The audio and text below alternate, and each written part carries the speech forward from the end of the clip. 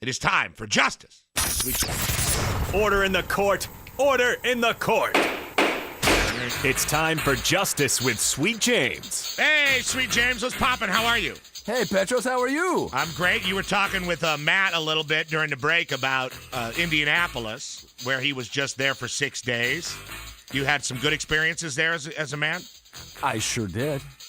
Would you care to describe those experiences? You know, I went out to see some races. I mean, you think of Indianapolis, you think of the Indianapolis 500 and MotoGP. I went out to see some motorcycle races. Oh, yeah. All Race I City, USA. All I think about when I think about Indianapolis is the pork belly sandwich I had at the Omni Hotel for lunch. Ooh, that sounds good. The one day that I was there. And I just think of it being a pork town. I don't know if that's true or not, but that's just what I think of. All right, now we were talking about this a little bit yesterday, Sweet James, but we sent you over. People are interested in the inner workings of how things happen. And Matt was saying, hey, you better pay that speeding ticket or they're going to put you in jail. Matt was threatening me yesterday with He's going jail. to the pokey, Bergener. Now, just to catch the listeners up, I got a speeding ticket driving home from work late at night a couple weeks ago. The cop told me that in court he would mention that I cooperated for some stupid reason, like I was going to tackle him or something, or try to resist the ticket.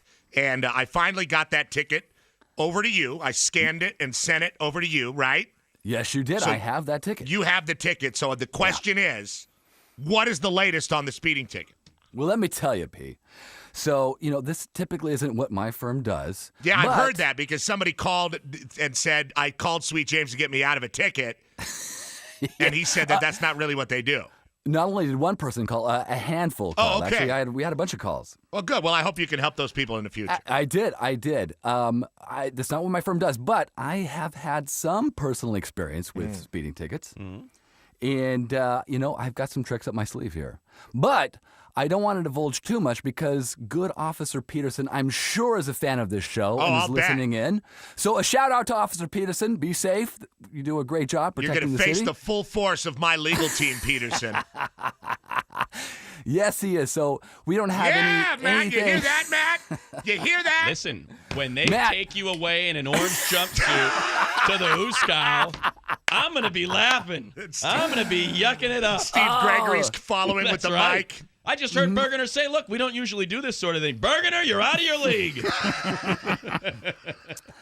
I've managed to stay out of the pokey money for a very long time. That's a good point. I'm not letting Petros go. Yeah, James has got my back because you just dragging me away. James, you said I wasn't going away. We took the deal, P. You're only going to jail for 4 days, and I need a check for $450 made out to the city. My cellmate says he strangled Oakland. All right. So is there anything that I need to do, Sweet James, just to be safe on the safe side? Should I pay the ticket? Then they'll give me the money back? No, you're good right now. We don't have anything until April. All right. So we've got some stuff that we're sending to the officer and to the city right now. Yeah, Peterson. And we're gonna shake him up. Yeah, shake it up, shake him up, shake him up, shake him up, shake him up, shake him. You like that, Cates? I know you're real pro cop. I'm pro cop too, Cates. But you know what? You don't sit there. I'll tell him you cooperated. Cooperate. Welcome to the big house. I've never heard that. Papadakis. Prepare for your delousing. You're going to strip me and hose me down? Man.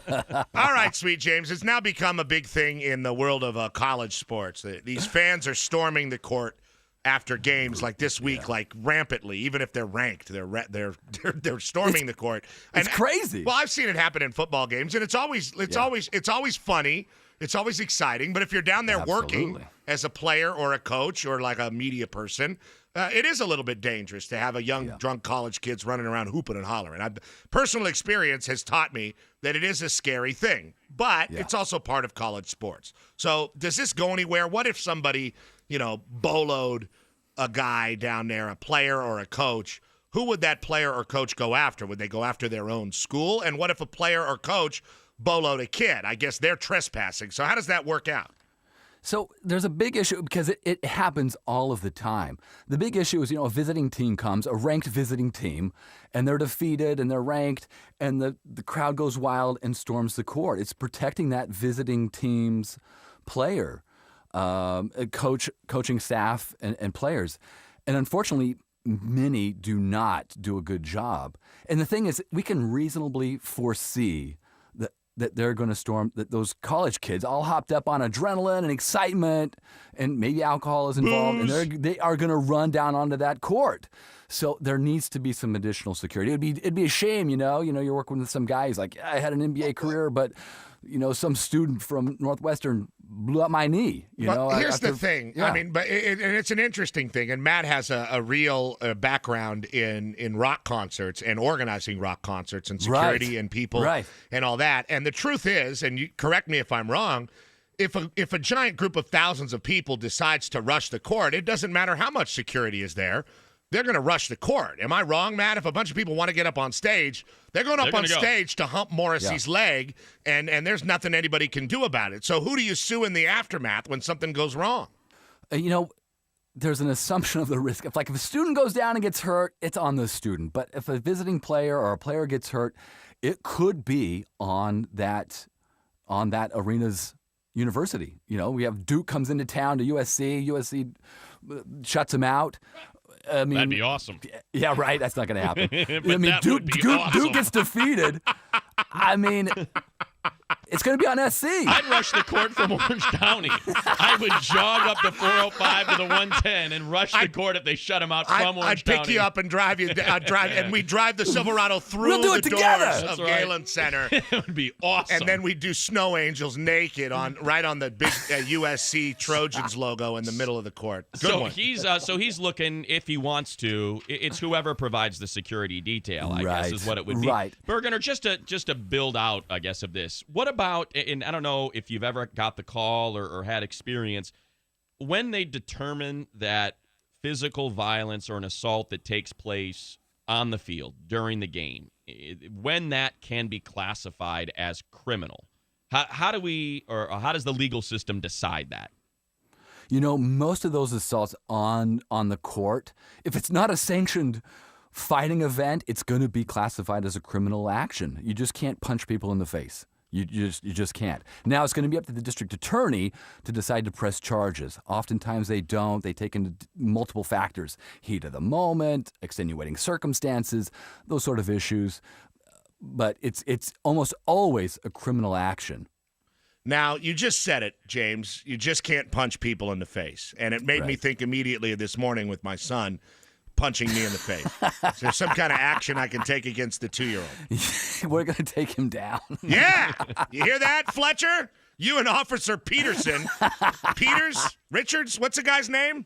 Peterson. Yeah, Peterson. You are so good. What was P doing? 120 in a 25? 135. School zone? Is that what it was? It was 80, Matt. What's That's what worst? bugged me the most when I was like, it's for 80, and Matt's like, ooh, wow. What's the worst? What's the worst moving violation you have had to defend in court? I've got to believe this has got to be right up there. Oh, we got to get this guy off the road, Bergener. I'm just going to throw a number out. I'm not going to say who did it. 182. 182? Yeah. It was probably They you. went to jail, right? It was you, wasn't it? It was you, Bergener. It was you and your beard. I plead the fifth. Legalese. 800-881. Robert was driving, like McGarrett and Danny.